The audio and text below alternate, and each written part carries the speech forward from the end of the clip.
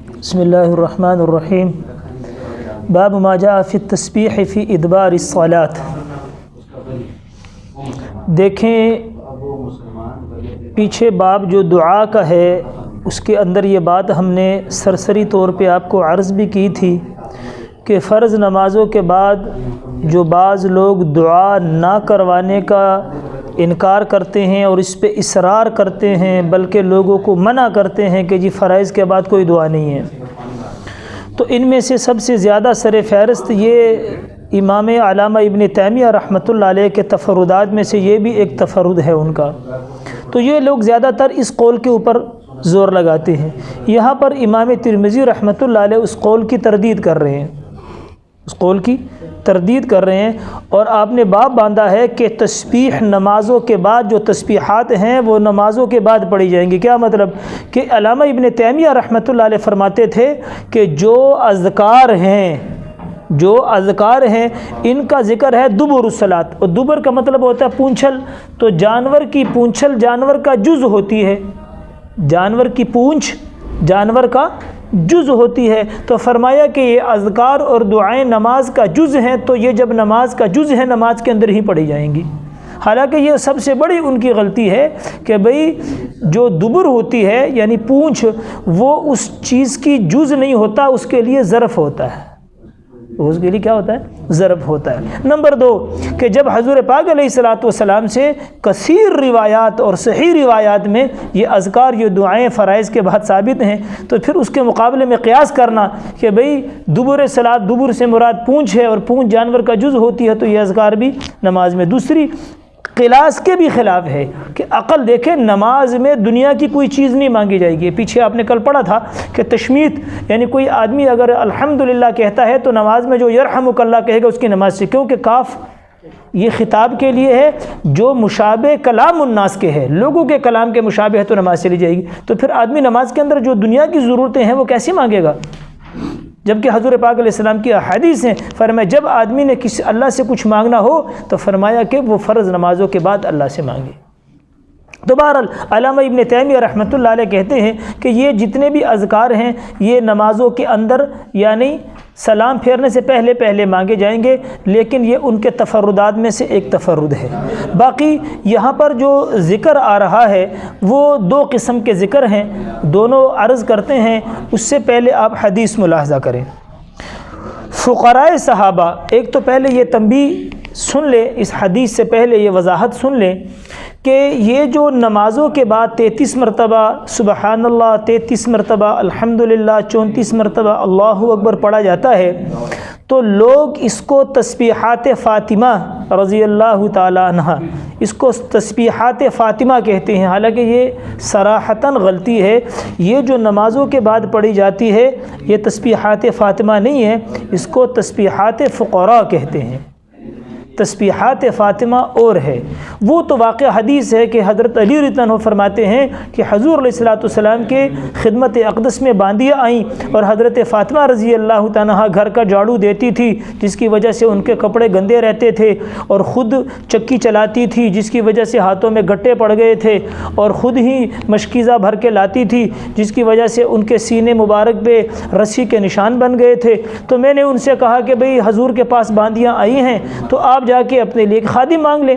حضرت فاطمہ رضی اللہ تعالیٰ عنہ جو ہیں وہ وہاں پر گئیں، اور حضور علیہ الصلوۃ والسلام کی مجلس میں صحابہ جو تھے وہ موجود تھے، تو انہوں نے شرم کی وجہ سے نہیں مانگا، واپس چلی آئیں۔ حضور علیہ السلام نے دیکھ لیا۔ ایک حدیث میں یہ بھی آتا ہے کہ حضرت فاطمہ رضی اللہ عنہ اپنی کزنوں کے ساتھ، یعنی حضرت جعفر رضی اللہ عنہ، ان لوگ جو ان کے حضرت عباس ان کی بیٹی ہیں، اپنے کزنوں کے ساتھ حضور کی خدمت میں حاضر ہوئی۔ یہ 2 روایتیں الگ الگ ہیں۔ تو اگلے دن یا اسی دن حضور علیہ السلام گھر تشریف لائے تو حضرت فاطمہ رضی اللہ عنہ سے فرمایا کہ بیٹی تو آئی تھی، خیر تھی؟ تو حضرت فاطمہ رضی اللہ عنہ نے شرم کی وجہ سے کچھ نہیں کہا۔ حضرت علی رضی اللہ عنہ کہتے میں بول پڑا کہ یا رسول اللہ ایسے ایسے کام کرتی ہے، تو خادم آئے تھے تو میں نے کہا اب ان کو ایک خادم دے دیں گے۔ تو حضور نے فرمایا کہ بیٹا اپنے گھر کے کام کرتی رہے اور اللہ کے احکامات پوری کرتی رہے، اور جب تو لیٹنے کے لیے سو جائے تو 33 مرتبہ سبحان اللہ، 33 مرتبہ الحمدللہ، 34 مرتبہ اللہ اکبر اپنے ہاتھوں پر دم کر کے جسم پہ من لیا کرو، تمہاری تھکاوٹ ختم ہو جائے گی۔ یہ تسبیحات فاطمہ ہے۔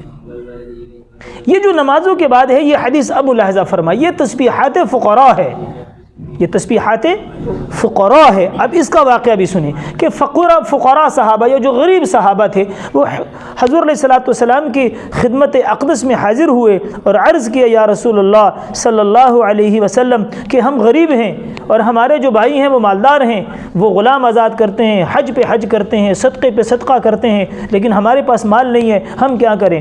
تو حضور علیہ السلام نے ان کو یہ تسبیحات سکھائیں کہ بھئی آپ ہر نماز کے بعد 33 مرتبہ سبحان اللہ، 33 مرتبہ الحمدللہ، 34 مرتبہ اللہ اکبر اور 1 مرتبہ لا الہ الا اللہ وحدہ لا شریک لہ لہ الملک و لہ الحمد وہو علی کل شیء قدیر۔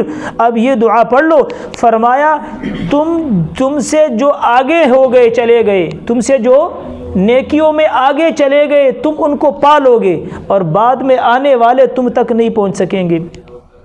تم سے جو نیکیوں میں آگے چلے گئے تم ان کو پکڑ لو گے، اور جو بعد میں آنے والے ہیں وہ تم تک نہیں پہنچ سکیں گے۔ تو صحابہ نے شروع کر دیا۔ کچھ دنوں کے بعد یہ فقراء پھر آ گئے، یا رسول اللہ ہمارے جو مالدار بھائی تھے انہوں نے بھی عمل شروع کر دیا۔ حضور علیہ السلام فرمایا ذاک فضل اللہ یؤتیہ من یشاء، یہ تو اللہ کا فضل ہے بھی، اللہ جس کو دے دے میں کیا کر سکتا ہوں۔ تو یہ تسبیحات فقراء ہے، یہ تسبیحات فقراء ہے۔ یہ فرق یاد رکھیں، ہماری عوام میں کوئی فرق نہیں، وہ اس کو بھی تسبیحات فاطمہ کہتے ہیں، وہ الگ ہے۔ وہ جب بھی میاں بیوی لیٹنے لگیں یا جو بھی مزدور کار لوگ ہیں وہ رات کو لیٹنے کے وقت پڑھنے کے لیے ہے، اس سے تھکاوٹ دور ہو جاتی ہے۔ حضور نے وہ عمل حضرت اپنی بیٹی کو فرمایا، یہ فقراء کو یہ تسبیحات تلقین فرمائی۔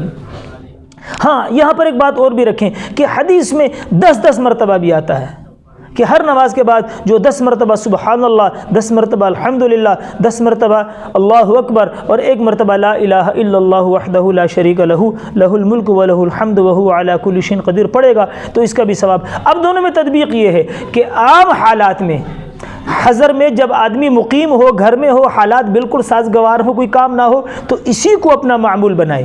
لیکن اگر کوئی ایسی حالت ہے کہ آدمی سفر میں ہے، یہ آدمی سفر میں ہے اور آدمی کو جلدی ہے، تو فرمایا اس پر بھی عمل ہو سکتا ہے، وہ 10 مرتبہ والی پر بھی عمل ہو سکتا ہے۔ تو یہ تسبیحات فقراء ہے اور اس کا اہتمام کرنا چاہیے۔ اس کی وجہ سے کتنا بڑا ثواب حضور نے فرمایا کہ تم سے نیکیوں میں بڑھنے والے تم ان کو پا لو گے۔ یہ ان کے ساتھ خاص نہیں ہے، ہر زمانے کے ساتھ ہے کہ ہم سے جو نیکیوں میں بڑھ گئے ہیں ہم ان کو پا لیں گے، لیکن ہم سے جو پیچھے ہیں وہ ہمارے تک نہیں پہنچ سکتے۔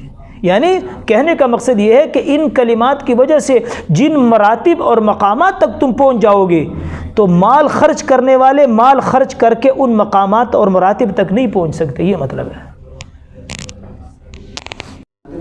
یعنی یہ جو کلمات ہیں ان کلمات کا جو ثواب ہے وہ 2500 نیکیاں ہیں، اور ایک آدمی جتنا بھی گناہ گار ہو جائے وہ 2500 گناہ نہیں کر سکتا۔ تو حضور نے فرمایا کہ جو یہ کام کرے گا، یعنی ہر نماز کے بعد یہ تسبیحات پڑھے گا، تو فرمایا اس کو اللہ پاک کیا کریں گے؟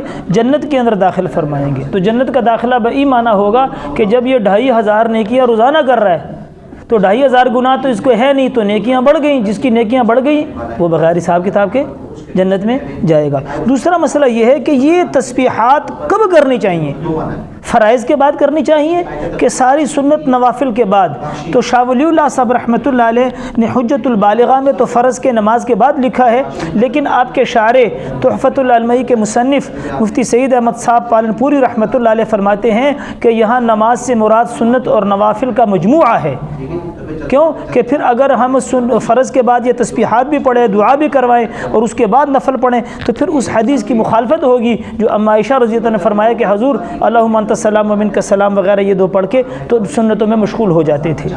تو اس لیے فرمایا کہ سارا کچھ پڑھنے کے بعد یعنی اپنی دعا کرے، اور جب ساری نماز پوری کر لے پھر اس کے بعد یہ تسبیحات کرے، پھر اس کے بعد اپنی نماز کو ختم کرے۔